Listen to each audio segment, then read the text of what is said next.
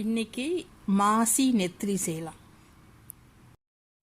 Okay, இது வறுத்து அரைக்க வேண்டிய சாமான்கள் வந்துட்டு காஞ்ச மிளகாய், நெத்திலி, ஊடாங், அப்புறம் கச்சாங், பூண்டு, வெங்காயம், ஒரு போல் நிறையா தேங்காய் பூ, அப்புறம் கருவேப்பிலை, இஞ்சி, ஒரு பாதி லெமன். ஓகே, இப்போ வந்துட்டு காஞ்ச மிளகாய், நெத்திலி, காஞ்ச ஊடாங், அப்புறம் கச்சாங் இதெல்லாத்தையும் வந்துட்டு ட்ராயாக வறுத்துருங்க.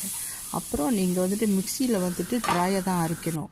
ஓகே, அந்த நெத்திலி வந்துட்டு ஒன்று பாதியாக அரைக்கணும், மற்றதெல்லாம் வந்துட்டு தூளாக அரைச்சிருங்க.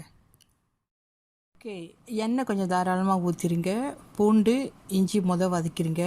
அதுக்கு பிறகு வெங்காயம் போட்டுட்டு நல்லா கோல்டன் ப்ரௌனாக வதக்கிட்டு அப்புறம் கருவேப்பிலையை போட்டுருங்க. ஓகே, தேங்காய் பூ போட்டுட்டு அதோடு சேர்த்து உப்பும் போட்டுட்டு நல்லா ப்ரௌனாக வதக்கிடுங்க.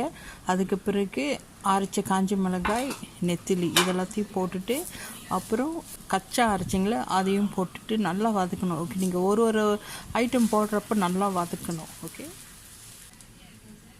சில பேர் பிளாச்சாட் போடுவாங்க. உங்களுக்கு பிளாச்சான் வேணும்னா நீங்கள் பிளாச்சான் போட்டுக்கணும். இப்போ எல்லாம் நல்லா வதக்கியாச்சு. கடைசியாக லெமன் நீங்கள் நல்லா பிழிஞ்சி உங்களுக்கு எவ்வளோ வேணுமோ அவ்வளோக்கு பிழிஞ்சி நீங்கள் கடைசியாக நல்லா மிக்ஸ் பண்ணிடுங்க. அவ்வளோதான். ட்ரை பண்ணிவிட்டு கமெண்ட் பண்ணுங்கள். தேங்க்யூ.